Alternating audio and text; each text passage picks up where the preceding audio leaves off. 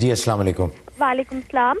جی میرے پاس دو چھوٹے سے سوال ہیں. مجھے ایک خواب آیا تھا کہ میری پھپھو کا جو پہلے سے انتقال ہوا تھا وہ پھر سے فوت ہو رہی ہے. مجھے یہ کافی دفعہ آیا ہے.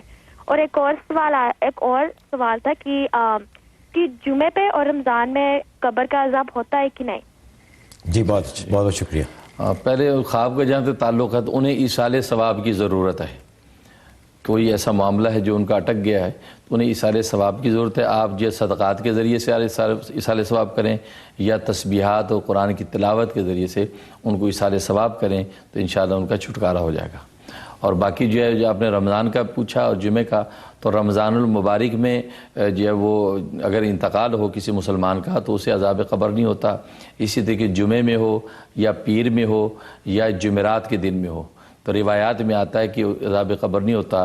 چنانچہ کنز العمال، در منصور اور مجموع الزوائد وغیرہ یہ حدیث کی کتابیں ہیں، اس کے اندر یہ حدیث موجود ہے اور کہ ان میں عذاب قبر نہیں ہوتا اور مسلمانوں کو محفوظ رکھا جاتا ہے، چاہے ان کا انتقال رمضان میں ہوا ہو یا نہ ہوا ہو. جی رمضان میں تو کسی بھی ہیں اس میں کسی کو بھی نہیں ہوتا. جی اور باقی سال میں ان 3 دنوں میں